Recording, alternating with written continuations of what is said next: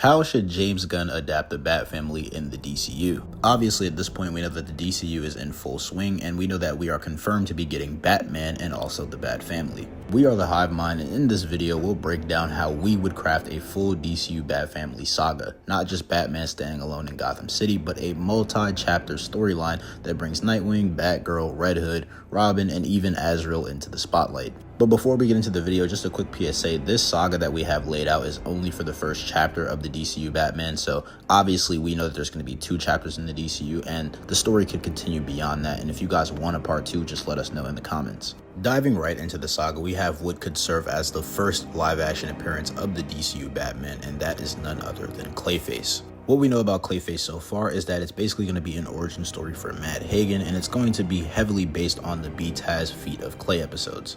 This film was also written by Mike Flanagan and is being directed by James Watkins and is currently filming right now. With that being said, there's a multitude of reasons as to why I think that this would be the perfect project for the DCU Batman to make his first appearance in. Reason number 1 being that it would eliminate us having to wait multiple years to get the DCU Batman because of the fact that Robert Pattinson's Batman movie is coming out in 2027 and they don't want to release 2 Batman movies in the same calendar year. With Clayface coming out in 2026, you could easily fit Batman in a small role, very similar to how Darth Vader played a small role in Rogue One. Another reason why it would be a great idea to implement Batman into this movie is because this is being treated as a genuine horror film, so I feel like this is the first time that DC could truly lean into the horror element of Batman and make him an actual horror figure himself. This film is also likely to be set in Batman's earlier years because of the fact that it's an origin story for Clayface, and I highly doubt that Clayface is going to be just appearing when Batman's already in like year 8 or 9, especially considering the fact that we already saw Clayface in Creature Commandos. However, I do want to specify that as more information has come out about Clayface and the DCU Batman's casting, I do think that it's very unlikely that we see him in this film because of the fact that James Gunn has recently just said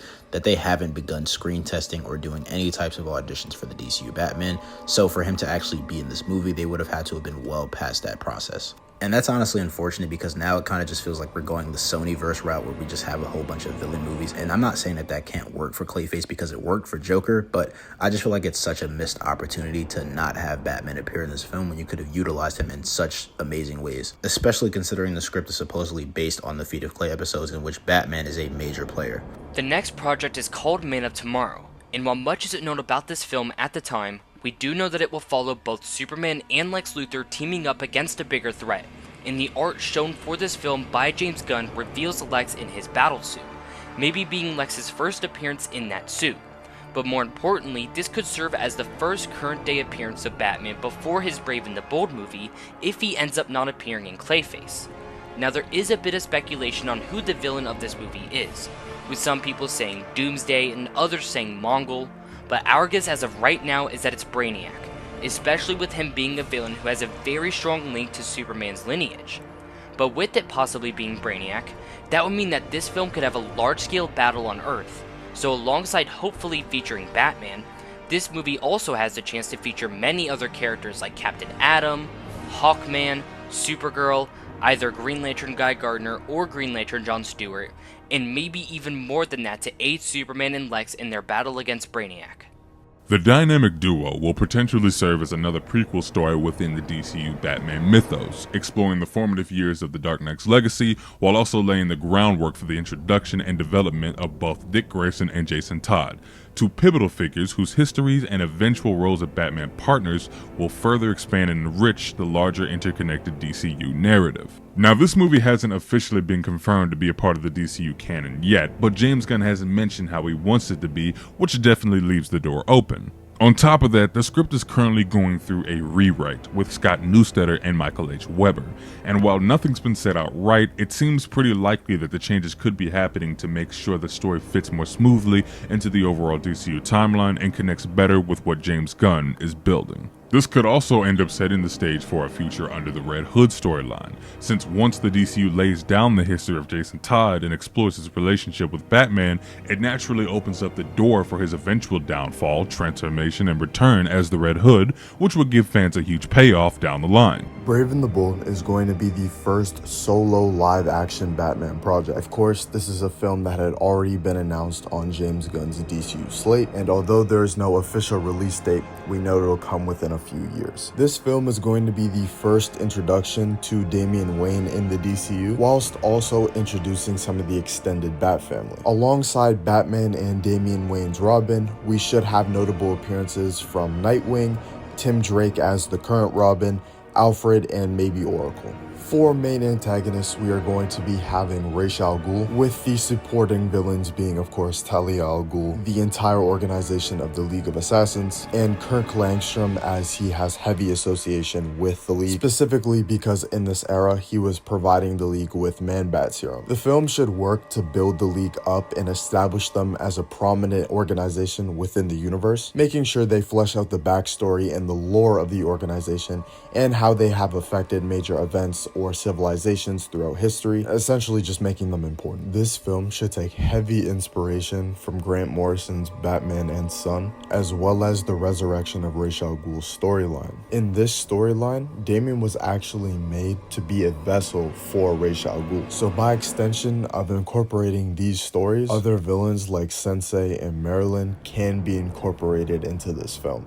The next project in our DCU Bat-Family Saga will be the first solo Nightwing project, which will be an HBO Nightwing series, and the first season will adapt the Night in Bloodhaven storyline, where Dick Grayson finally steps out of Batman's shadow and becomes his own man with his own city. The series opens up with Batman and Nightwing investigating a string of bodies with their heads twisted that washed up in Gotham. Batman and Nightwing trace them back to Bloodhaven, with Dick being assigned to uncover the source. Dick makes the choice to go into Bloodhaven, where he discovers a criminal empire run by Blockbuster. Instead of just reporting back, Dick makes the bold move to stay in the worst city in the DC universe and become the city's protector. From here, we see him adjust to the new hostile world and realize just how deep the corruption goes. This season is going to have plenty of crime fighting with his fists, but the tone will be closer to that of a dark crime thriller, with Dick trying to clean up a city that doesn't want to be saved. Blockbuster will be the big bad running everything, but we'd pack the season with killers and mercenaries that keep Dick on his toes, like Lady Vic and Shrike, while also having systemic villains like Detective Soames, Bloodhaven's own twisted version of Jim Gordon. Being that Bloodhaven is so close to Gotham, we'd also get a surprise visit from Scarecrow, forcing Dick to face his darkest fear, the death of Jason Todd. This is where we get deep into his head, grappling with his survivor's guilt and his struggle to live up to Batman's legacy. And when he finally overcomes Crane's fear toxin, he makes Scarecrow feel fear. But the real conflict isn't just with the villains, it's with Batman. Bruce shows up towards the end of the season and we see real tension between the two of them. Dick accuses Bruce of never truly trusting it, and by the end of the season we get a beautiful scene of Bruce admitting that he's proud of Dick and views him as an equal. It's just difficult for him to let go of his first true partner. The season ends with Blockbuster's empire crippled but not dead, and Bloodhaven finally starting to change under Nightwing's watch. The final scene will be a tease for Season 2, where a certain one-eyed assassin sharpens his blade and sets his sights on Bloodhaven. Moving on to the next installment in this DCU Bat-Family Saga, we have yet another prequel, and that is none other than an animated Knightfall trilogy. Now, the reason why this is even being included on my list is because a while back it was actually reported that an animated Knightfall trilogy was in the works at DC Studios. However, it was unclear if it was going to be set in the DCU or if it was just going to be like an animated film that DC was doing. But ever since that news released, I couldn't help but imagine how peak it would be if this was actually a prequel for the DCU Batman story and actually set up characters like Bane and Azrael. And even though this is set to be an animated trilogy, I do think that it's very doable because we just saw the Tomorrowverse pump out Crisis on Infinite Earths Part 1, 2, and 3 in the span of like a year and a half. And with a story as iconic as Knightfall, you don't have to do much changing to the plot at all. You can literally just do Knightfall, Night Quest, and Night's End, and you could do it beat for beat how it happens in the comic. And that way, like I already said, we now have a proper origin for the DCU's Bane, and we also have an introduction to Azrael. Next is going to be Bane and Deathstroke's joint project, which is another film that has already been confirmed to be in the works. At this point in time, we literally know nothing about what's going to happen in this film or what the point of it is, but what we do know is we're taking these two iconic antagonists for Batman and putting them in the same scenario. Because we know this film is about Bane and Deathstroke, since they're title characters, it's highly likely that they're going to be the protagonist figures within the film, meaning to do an interesting twist, we can have Batman and Nightwing making appearances as main antagonists. Everybody knows that Bane is an iconic Batman villain from the Break the Bat storyline in Knightfall, and as you guys probably already know, seeing as you would have watched our video on Nightwing and Deathstroke, they are one of the most iconic rivalries within DC as a whole. So having both rivalries put on the forefront, but us seeing it from the opposing lens, could be a very interesting idea. Since we know so little about this project, it's important to know that Matthew Orden is going to be writing the script for this film, and in the past he wrote an episode of Moon Knight and Devil's Peak. The next project we have is yet another prequel in this saga, and it's also going to be following up directly after the events of the Knightfall trilogy, and it is none other than Sword of Azrael Season 1. And as you can probably already tell, this project will be a live-action HBO Max series, and we would want this project to adapt the beginning arcs of Azrael 1995 written by Dennis O'Neil.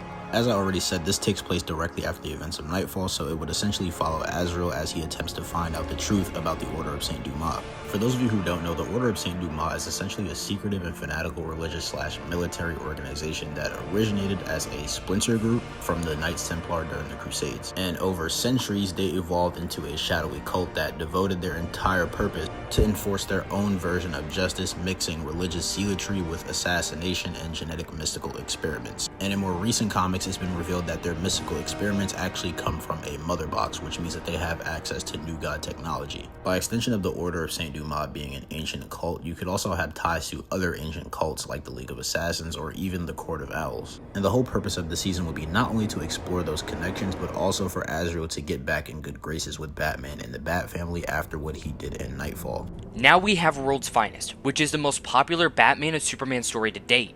This story will take place after Lex uses his fame from helping Superman against Brainiac and Man of Tomorrow in order to manipulate the public to get elected as the president. Batman will obviously notice Lex's true intentions from the start in Man of Tomorrow if he appears in it, which is why once Lex is elected and Superman is framed for a crime with a bounty on his head, he and Batman will start working together. This movie would help highlight the great dynamic between these two, especially considering we haven't really gotten that in live action. So this project should just be a live-action adaptation of Superman Batman Public Enemies.